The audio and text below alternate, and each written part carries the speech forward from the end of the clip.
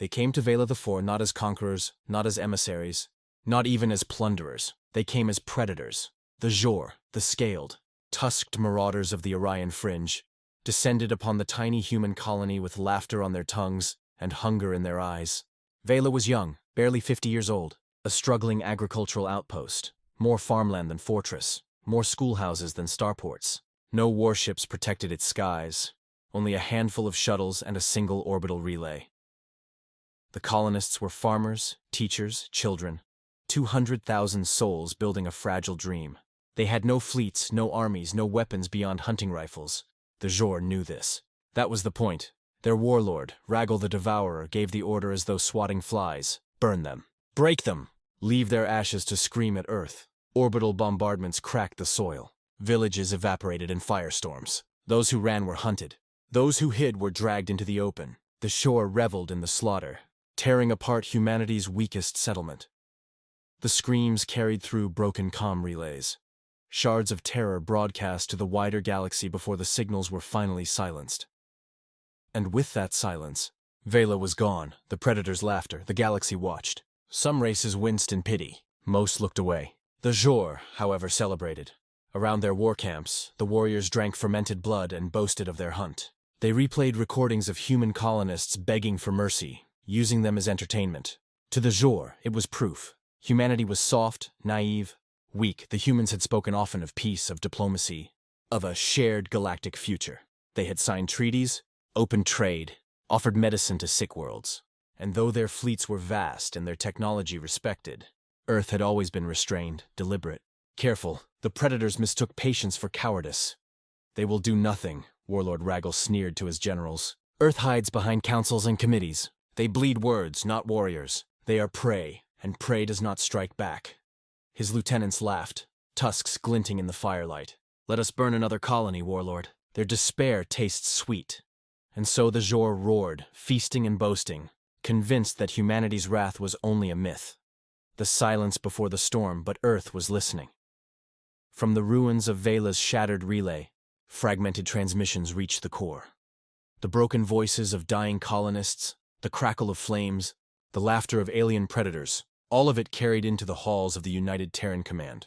For 3 days, the galaxy heard nothing from Earth. No threats, no accusations, no declarations of war. Just silence, and then movement. Fleet yards that had slept for decades lit up. Dry docks filled with the silhouettes of dreadnoughts long kept in reserve. Thousands of shipyards awakened as though stirred by ancient instinct. From Luna to Titan, from Mars to Europa, hatches opened and fire belched as war machines rose. Civilian shipping lanes were cleared. Factories that once built harvesters switched to forging railguns. Recruits poured into barracks. Old veterans donned armor with grim resolve. There were no speeches, no cheering crowds.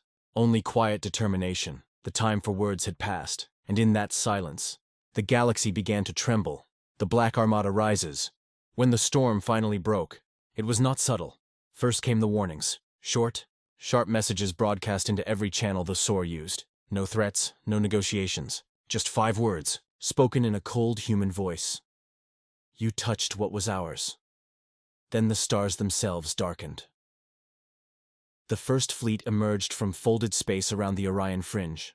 Hundreds of ships in perfect formation, their hulls black and glimmering like obsidian. Carriers as long as cities. Dreadnoughts whose cannons could shatter moons. Cruisers bristling with enough firepower to silence entire sectors. They did not roar. They did not announce themselves. They simply arrived, blotting out suns, turning night into deeper night. The Zhor laughed at first. A show of force, they said. Posturing. Then the bombardments began. The vengeance. Unleashed humanity did not strike with hesitation. They struck with precision. Every shore world that had raised a blade against Vela was mapped, marked, and targeted. Orbital defenses were sliced apart by kinetic lances moving at near-light velocity. Fortresses that had stood for centuries crumbled in minutes. Human dropships descended like storms, disgorging armored infantry in rivers of fire. These were not diplomats, not colonists, not farmers. These were soldiers forged for war, armored in exosuits that turned them into walking cataclysms. The Zhor expected defiance. Instead, they found extermination. Human war doctrines were merciless. No wasted shots, no prolonged sieges. Entire fleets advanced in silence, erasing resistance with mechanical precision. For every scream the Ajor had wrung from Vela's children, 1,000 screams echoed back from their own burning cities. One broadcast leaked into the galactic net, a plea from Azor commander as his fleet was torn apart. They do not fight as prey.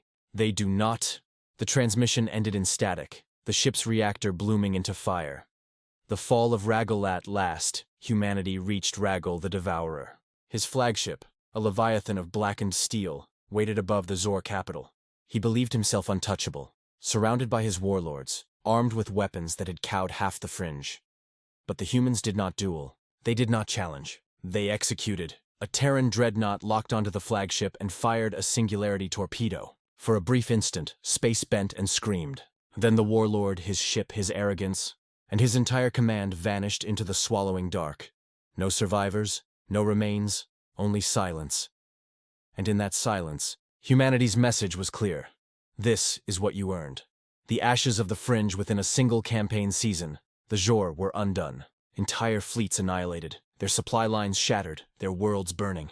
Those few who surrendered were met not with mercy, but with cold dismissal. Their weapons were seized, their banners torn down, their empire dissolved. The galaxy had watched the predators laugh. Now it watched them beg. Humanity did not gloat. They did not broadcast victory speeches. They simply erased, dismantled, destroyed. The galaxy, once amused by the Jor's bravado, now shivered as Earth's fleets passed by. Because everyone understood the truth now. Human patience was vast. Human kindness was real. But when fury ignited, it was boundless. The whisper in the dark, when the fires finally dimmed and the Black Armada withdrew, silence fell once more. The Zor were gone, their name reduced to a curse whispered by survivors, and across the galaxy, a phrase spread like a shadow: never provoke Earth again. It was spoken in hushed tones, in backroom councils, in warlord courts. Species that had once mocked humanity now avoided their gaze. Traitors bowed lower. Envoys spoke softer. Even predators slunk away from human borders, remembering Vela's ashes, because they all knew now. Humanity's vengeance was not hot, not wild, not reckless. It was cold. It was deliberate, and it was absolute. The weakest colony had been touched. The predators had feasted. And in return, Earth had reminded the stars of a truth older than civilization itself. When prey becomes fury, predators die.